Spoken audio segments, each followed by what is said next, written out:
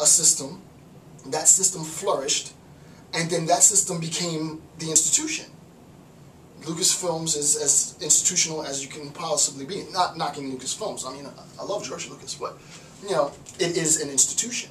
It is the template. Similarly, Christianity, this is a critique against Nietzsche, actually, because I don't quite agree with him on this point. With respect to Nietzsche, what I think there might have been a failure to recognize is that Christianity is an institution. In his time, it was the institution, right? It wasn't like Christianity was still trying to find its place, and it was sort of, it was oppressed by the upper class. No, it was the institution of the upper class, right? So that there has to be a distinction made between Christianity in its infancy, and I'm not talking about ideological infancy, I'm talking about the historical infancy of the movement.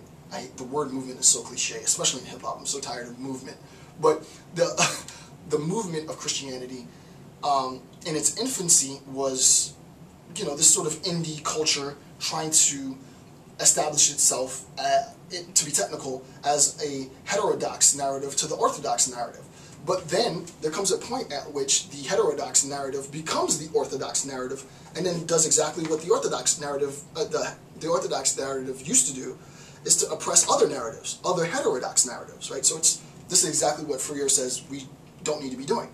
Didn't mean to get that technical, but hopefully the Lucas example worked, right? So the idea is, yeah, sure, it might have been a typical socialist movement, you know, at the beginning, but it clearly wasn't anymore, right? It morphed into a more sort of, I'm not saying this, but the implication would be maybe a more totalitarian or tyrannical regime, according to sort of the sort of caustic critique that Nietzsche gives.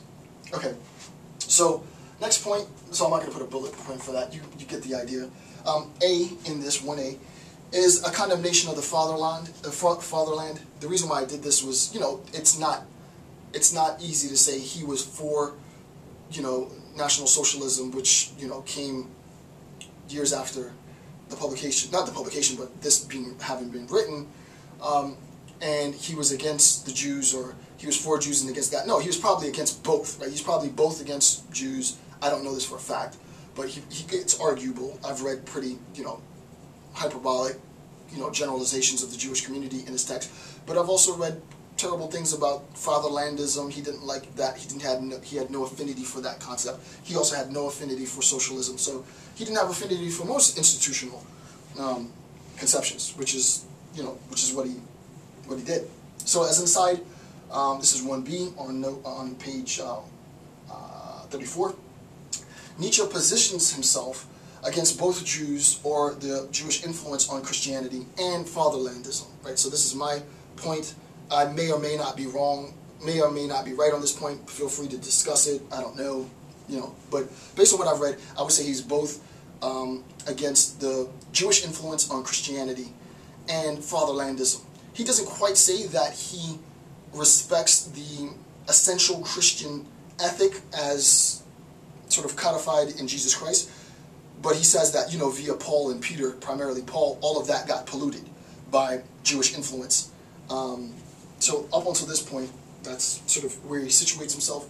And he says he views, or I'm saying he views both as a form of a typical socialist doctrine. And this is note 209.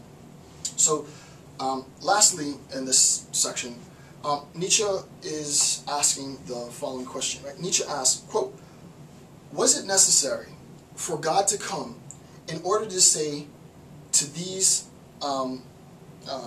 publicans, etc., right? Was it necessary for God to come in order to say these things, right? Did you need God in order to talk about a movement against orthodoxy?" He's being sort of sarcastic here.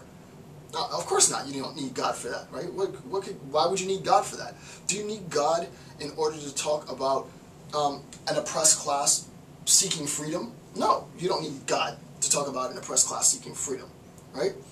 Do you need God to talk about sort of this counter narrative between orthodox and heterodox discourse? No, you don't need God for that. We can talk about all of those things independent to God.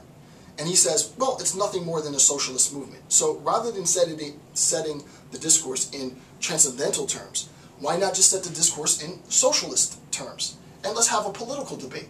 That's what he's saying there, right? So he's being a bit sarcastic here. Was it necessary for God to come in order to say? No, of course it wasn't. So the point that I put is Nietzsche fails to see the requirement for divine intervention, right? I don't see why we need God to intervene on these matters, why we need to evoke the name of God in order to talk about things which could be discussed in terms of political or socio-political or socio-cultural or socio-economic terms, right? All he sees are social constructions and various forces vying for power. And I think that's a really good point. So that concludes this section of the analysis. With that, I'm going to end this section. I want to thank you for taking the time to watch my videos. I'm Dr. Jason J. Campbell. Have a good day.